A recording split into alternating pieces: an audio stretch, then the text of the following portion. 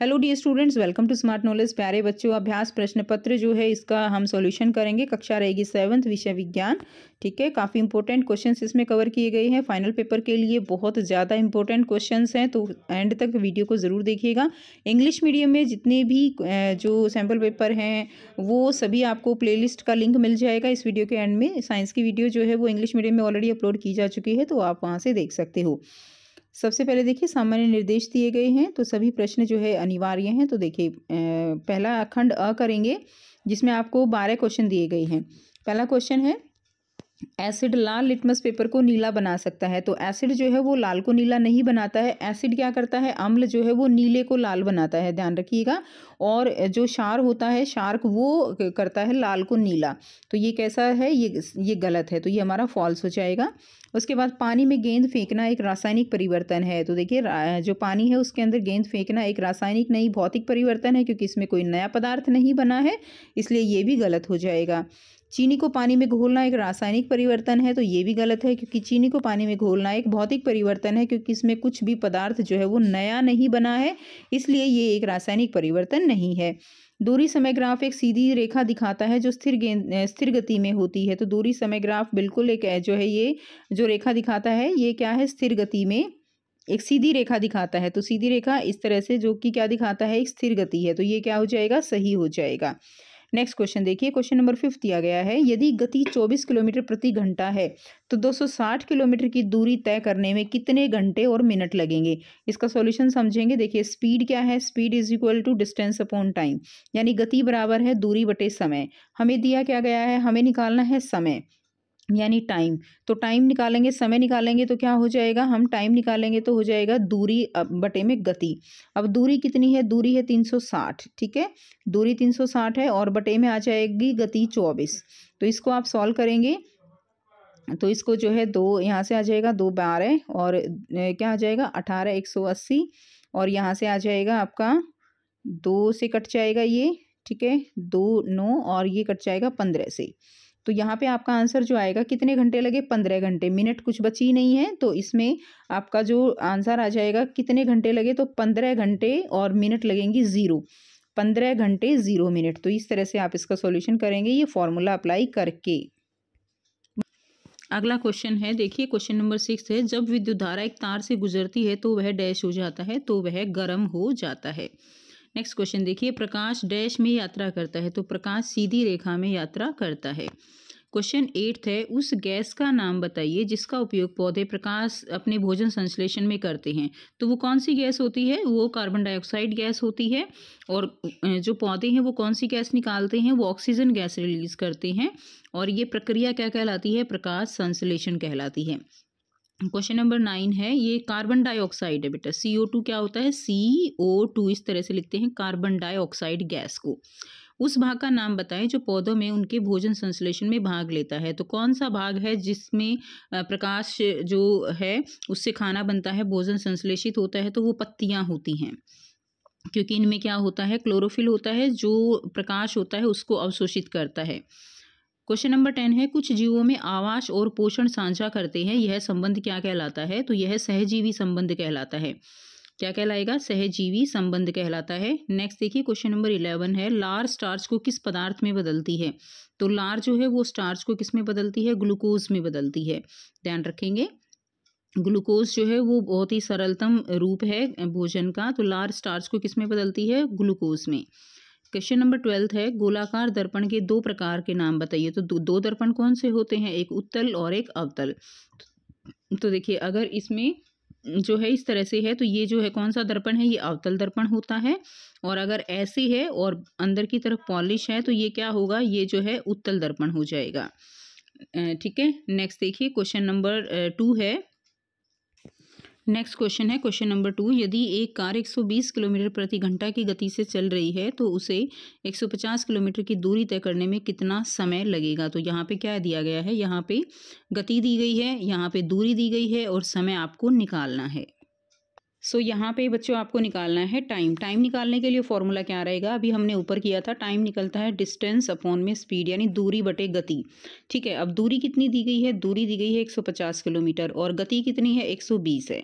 तो ये आ जाएगा, 0 से जी कट जाएगा। अब यहाँ पे आप जब इसका सॉल्यूशन करेंगे तो कितना आएगा आपके पास, ये आएगा 1.25, ठीक है, कितना आ जाएगा 1.25 घंटे। तो अब इसमें इसका मतलब क्या है, इसका देखिए 1 घंटा तो कंप्लीट हो गया और 0.25 घंटे, 0.25 घंटे का मतलब क्या होता है 15 मिनट, 0.25 घंटे का मतलब क्या है 15 मिनट। तो इसका आंसर क्या आ जाएगा 1 घंटा 15 मिनट, ठीक है, 1 घंटा 15 मिनट इसका आंसर हो जाएगा। क्लियर है, तो ये आपका आंसर हो जाएगा। आई होप आपको ये क्वेश्चन बहुत अच्छे से समझ आ गया होगा।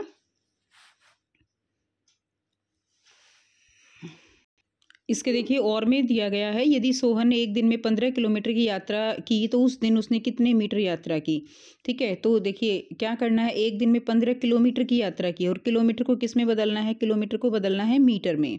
तो एक किलोमीटर जो है वो किसके बराबर होता है, 1 किलोमीटर होता है 1000 मीटर के बराबर, ठीक है।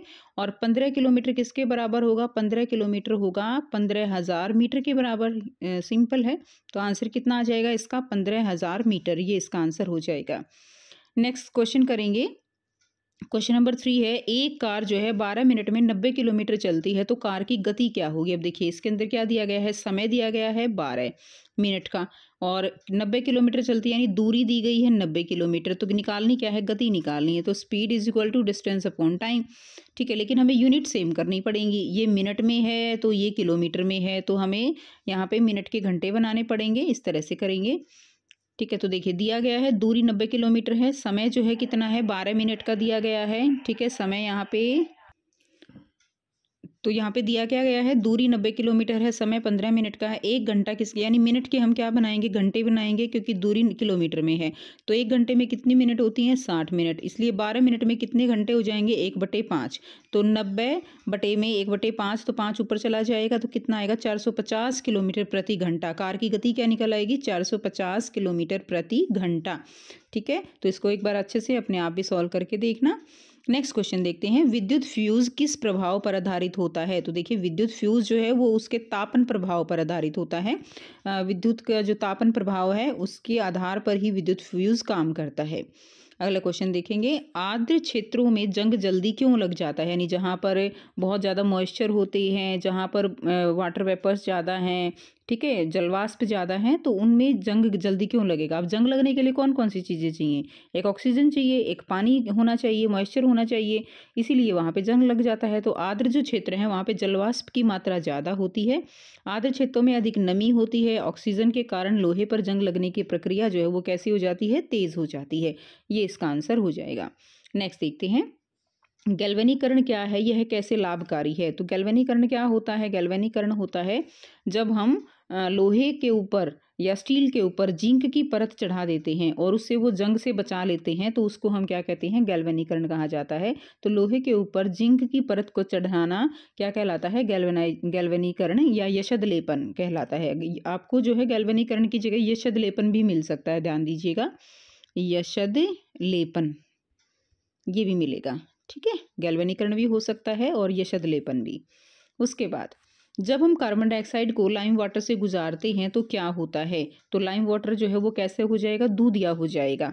जब हम कार्बन डाइऑक्साइड गुजारेंगे तो कैसा हो जाएगा, वो लाइम वाटर दूधिया हो जाता है, क्योंकि कैल्शियम कार्बोनेट बनता है। लाइम वाटर कैल्शियम हाइड्रोक्साइड जो है कैसा हो जाएगा, दूधिया हो जाएगा, क्योंकि इसमें क्या बनता है, कैल्शियम कार्बोनेट बनता है। नेक्स्ट देखिए, जब बेकिंग सोडे को सिरके में मिलाया जाता है तो क्या होता है। तो जब बेकिंग सोडे को सिरके में मिलाया जाएगा तो उसके अंदर कार्बन डाइऑक्साइड गैस उत्सर्जित होती है, जिससे झाग बनता है, ठीक है, कार्बन डाइऑक्साइड गैस जो है वो निकलेगी और उससे क्या बनेगा, झाग बनेगा। नेक्स्ट देखिए, दंत चिकित्सक किस प्रकार के दर्पण का उपयोग करते हैं मरीज की जांच के लिए और क्यों। तो दंत चिकित्सक कैसा, कौन सा दर्पण करेंगे, क्योंकि देखो दांत देखने के लिए तो ऐसा दर्पण चाहिए जिसमें जो इमेज है वो बड़ी बने और सीधी भी बननी चाहिए। तो वो कौन सा है, अवतल दर्पण, क्योंकि यह बड़ा और स्पष्ट प्रतिबिंब देता है, तो इसीलिए अवतल दर्पण का प्रयोग करते हैं, दांत को बड़ा और सीधा देखने के लिए अवतल दर्पण का। नेक्स्ट देखिए, क्या हम फ्यूज़ के लिए, क्वेश्चन 8 है, क्या हम फ्यूज़ के लिए एक सामान्य विद्युत तार का उपयोग कर सकते हैं? स्पष्टीकरण करें। और लघुपथन और अधिभारण की व्याख्या करनी है। तो जो फ्यूज़ होता है उसमें हम सामान्य विद्युत तार का उपयोग नहीं कर सकते हैं। अब क्यों नहीं कर सकते हैं? क्योंकि देखिए विद्युत फ्यूज़ क्या होता है कि जैसे ही अधिक करंट उसके अंदर आएगा तो वो गल के और वो फ्यूज़ जो है टूट जाता है, उसका तार टूट जाता है। लेकिन अगर नॉर्मल उसके अंदर वायर होगी तो वो गलेगी नहीं और फिर सारे अप्लायंसेस सारे जो हैं वो ख़राब हो सकते हैं। तो नहीं, क्योंकि फ्यूज़ में कम गलनांक वाली सामग्री उपयोग होती है जो अधिक तापमान पर गलकर सर्किट को सुरक्षा प्रदान करती है। लेकिन अगर हम अधिक गलनांक वाली सामग्री लगा देंगे, सामग्री का मतलब तार लगा देंगे, तो क्या होगा? वो गलेगी नहीं और फिर जो पूरा परिपथ है वो जल जाएगा। नेक्स्ट देखिए, लघुपथन और अधिभारण की व्याख्या करनी है। तो लघुपथन और अधिभारण क्या है? तो लघुपथन क्या होता है? लघुपथन का मतलब है कि जो काली तार होती है, न्यूट्रल वायर जिसके अंदर करंट नहीं होता, और लाल तार जिसके अंदर करंट होता है, जब वो दोनों आपस में एक दूसरे के संपर्क में आ जाती हैं, ठीक है, तो एकदम से क्या होता है? शॉर्ट सर्किट होता है, जिसको हम हिंदी में जो है लघुपथन कहते हैं, इंग्लिश में बोलते हैं शॉर्ट सर्किट। और ओवरलोड क्या होता है? यानी अति भारण। देखिए नाम से ही पता चल रहा है, अति का मतलब क्या होता है? ज़्यादा, और भारण का मतलब भार। यानी एक सर्किट है जिसके, एक सॉकेट है जिसके अंदर 5 एम्पियर का करंट फ्लो कर रहा है। आपने 5 एम्पियर की जगह उसके अंदर 15 एम्पियर की जो बिजली के उपकरण है वो जोड़ दिया। वो लाइट तो वो जो क्या करेंगे? इलेक्ट्रिसिटी को ज़्यादा लेंगे बिजली को, है ना? तो उससे क्या होगा? वो जलने के खतरा होता है। इसी को हम अति भारण कहते हैं। तो ओवरलोड कब होता है? ओवरलोड तब होता है जब बड़ी संख्या में विद्युत उपकरण एक ही सॉकेट से जुड़े होते हैं। बड़ी संख्या में विद्युत उपकरण जो है वो एक ही सॉकेट में जुड़े होंगे, या नॉर्मल से ज़्यादा हम पावर का चीज़ें उसमें जोड़ देते हैं, जितनी उसकी कैपेसिटी नहीं है, तब भी क्या होता है? ओवरलोड होता है। नेक्स्ट देखिए, पित्तरस कहाँ बनता है? भोजन के किस घटक को पचाने में यह मदद करता है और पाचन से क्या अभिप्राय है? तो पित्तरस कहाँ बनता है? ये लीवर में बनता है, ठीक है। और यह किसको पचाने में मदद करता है? यह वसा को पचाने में मदद करता है। और पाचन होता क्या है? पाचन जो है वो जटिल पदार्थों का सरल पदार्थों में विघटन क्या कहलाता है? पाचन कहलाएगा। नेक्स्ट देखिए, दीर्घरोम क्या है? इनका स्थान और कार्य लिखिए। दीर्घरोम क्या होते हैं? तो दीर्घरोम जो है ये फिंगर लाइक प्रोजेक्शन होती हैं ऐसे ऐसे, और ये कहाँ होती हैं? ये हमारी जो छोटी आंत होती है उसके अंदर होती हैं, उसकी जो अंदर की सतह है उसके ऊपर उपस्थित होती हैं। इनका देखो स्थान हो गया ना। दीर्घरोम क्या है? ये फिंगर जैसी यानी उंगली जैसी संरचनाएं हैं। स्थान क्या है? छोटी आंत में होती हैं। कार्य क्या है? भोजन का अवशोषण करना। तो आप इसको ऐसे लिखेंगे, छोटी आंत में छोटे उभार जहाँ भोजन जो है वो अवशोषित होता है। तो इस तरह से आप इसका डायग्राम भी बना सकते हैं। यहाँ पे क्या होता है? भोजन, पचा हुआ भोजन अवशोषित होता है छोटी आंत में। नेक्स्ट देखिए, अगला क्वेश्चन है, एक उदाहरण के साथ उदासीनीकरण अभिक्रिया को समझाइए। अब उदासीनीकरण अभिक्रिया है। उदासीनीकरण का मतलब क्या है? कि ना तो वो अम्ल है ना वो क्षार है। तो अम्ल और क्षार की प्रतिक्रिया से क्या बनता है? नमक और पानी बनता है। इसी को हम उदासीनीकरण अभिक्रिया कहते हैं। उदाहरण रहेगा HCl, ये क्या है? एक ये अम्ल है। NaOH क्या है? एक क्षारक है। NaCl क्या बना? एक अम्ल बना। और ये क्या है? वाटर है, पानी है। तो ये कैसी अभिक्रिया है? ये एक उदासीनीकरण अभिक्रिया कहलाती है। अगला क्वेश्चन देखेंगे, भौतिक और रासायनिक परिवर्तन की परिभाषा लिखिए। भौतिक और रासायनिक परिवर्तन क्या होता है? भौतिक परिवर्तन जिसके अंदर कुछ नया पदार्थ ना बने, और रासायनिक जिसके अंदर कुछ नया पदार्थ बन जाए परिवर्तन के बाद, उसको हम रासायनिक परिवर्तन कहते हैं, ठीक है। और देखिए यहाँ से देखेंगे, भौतिक परिवर्तन क्या है? पदार्थ की अवस्था बदलती है, संरचना नहीं। और रासायनिक परिवर्तन में नए पदार्थ का निर्माण होता है। और इसका क्या रहेगा? अगले क्वेश्चन का आंसर है baking soda. Sodium hydrogen carbonate का सामान्य नाम क्या होता है? Baking soda. क्या होता है? Baking soda. चलिए क्वेश्चन नंबर 12 करते हैं। पौधे जिनकी हरी, ये खंड ग दिया गया है। यहाँ तक आपके 3 नंबर के क्वेश्चन थे। 7 तक आपके 2 नंबर के क्वेश्चन, फिर 8, 9, 10, 11 3 नंबर के। अब आपके जो है यहाँ से 6 नंबर के क्वेश्चन शुरू हो जाएंगे खंड ग में। तो इसको थोड़ा सा हम पढ़ लेते हैं। पौधे जिनकी जिनकी हरी और कोमल तने होते हैं उन्हें हार्ब्स या शाख कहा जाता है। हार्ब्स क्या होते हैं? शाख। वे आमतौर पर छोटे होते हैं और उनमें बहुत शाखाएं नहीं होती। कुछ अन्य पौधे तने के नीचे हिस्से में शाखाएं विकसित करते हैं। तो वे पौधे जो तने के नीचे हिस्से में शाखाएं जो है उत्पन्न करते हैं उन्हें क्या कहा जाता है? जैसे कि गुलाब का पेड़ पौधा हो गया, उनको झाड़ियाँ कहा जाता है। क्या कहा जाता है बच्चों? उनको झाड़ियाँ। इसका आंसर आपका झाड़ियाँ हो जाएगा। वे पौधे जिनमें कमजोर तने होते हैं, सीधे खड़े नहीं हो सकते बल्कि जमीन पर फैलते हैं, उन्हें क्या कहा जाता है? तो जो जमीन पर फैलते हैं उन्हें लताएं कहा जाता है। ठीक है, क्या कहा जाएगा? लताएं।